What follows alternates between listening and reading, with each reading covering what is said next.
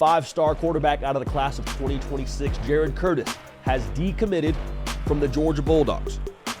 How do you feel if you're a Georgia fan? How should you feel if you're a Georgia fan? Maybe is the better question to ask. Also, who could be in the mix here in the Jared Curtis sweepstakes? We'll talk about all that. Make sure you are subscribed right here, though, to the On3 YouTube channel. College football, nothing but college football.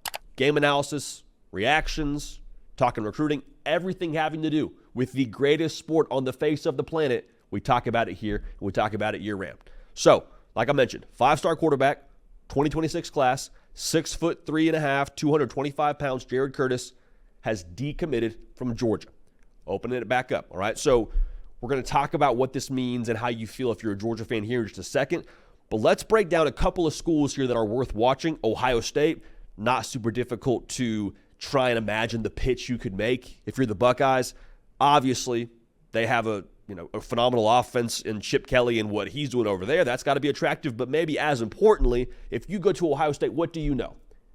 You know without a shadow of a doubt, if you're playing quarterback, you're going to have some dudes throw the football too. Look at what's on that roster right now. Jeremiah Smith, Carnell Tate, Brandon Ennis. Like, they got dudes, okay? And they will continue to have dudes. Why? Because that's what Ohio State does. So kind of a chicken or the egg situation. Quarterback or wide receivers or quarterback, doesn't matter. Typically, they have both. So you can imagine that being attractive for a guy like Jared Curtis. Now, South Carolina, a school to watch here. Dowell Loggins and what he did with Spencer Rattler, from what I understand, is attractive, or you would think would be attractive to a Jared Curtis. Spencer Rattler at one point in time now, when he left Oklahoma, there's a lot of question marks around what he would be. Went to South Carolina, went with Dowell Loggins, a guy with an NFL pedigree, and then Spencer Rattler got drafted. I think that holds some weight, so keep an eye on the Gamecocks. USC, again, not a tough pitch to make if you're trying to sell USC, you're trying to sell LA. Like Lincoln Riley and his resume speaks for itself. You want to go somewhere where you're going to get developed and be able to have success playing college football. How about the guy that coached Caleb Williams, Kyler Murray, Baker Mayfield, Jalen Hurts? Maybe worth considering, if you will. Also, Alabama.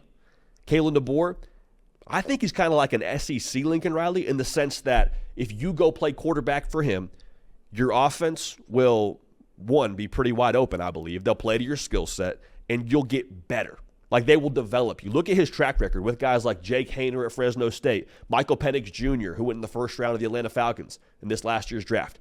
The way that he's elevated Jalen Milroe, I think, even what we've seen to this point in the year, he gets quarterbacks better, which sounds simplistic, but I think if you're looking to go play at the next level after college and play in the NFL, which I'm sure Jared Curtis is, it's got to be an attractive pitch to make.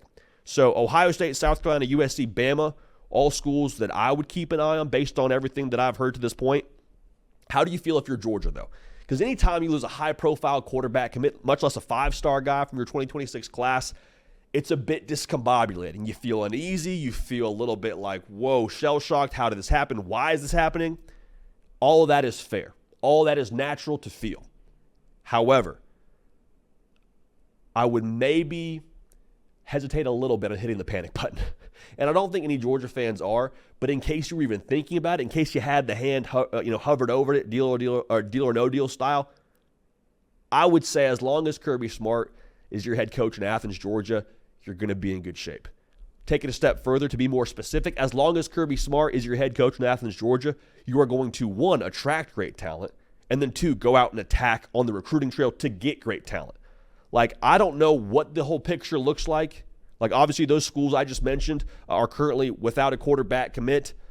Georgia, though, like they're going to go after, I believe, the right guy for them and for their system, okay, and what they want to get done. Georgia will not be a have-not when it's all said and done on National Signing Day. Let's put it that way. So, again, Ohio State, South Carolina, USC, Alabama, all schools I'm keeping an eye on, including but not limited to those. For Georgia, it's discombobulating. It's a little bit, again, a little bit shell-shocking, but I would not, by any stretch of the imagination, be totally discouraged on the outlook for this 2026 class. A lot of runway. So, again, make sure you're locked in right here. We will talk recruiting. We will talk the Saturday slate. We'll talk college football year-round. We appreciate you being subscribed. We appreciate you being dialed in. We're going to keep this party rolling. We will see y'all next time.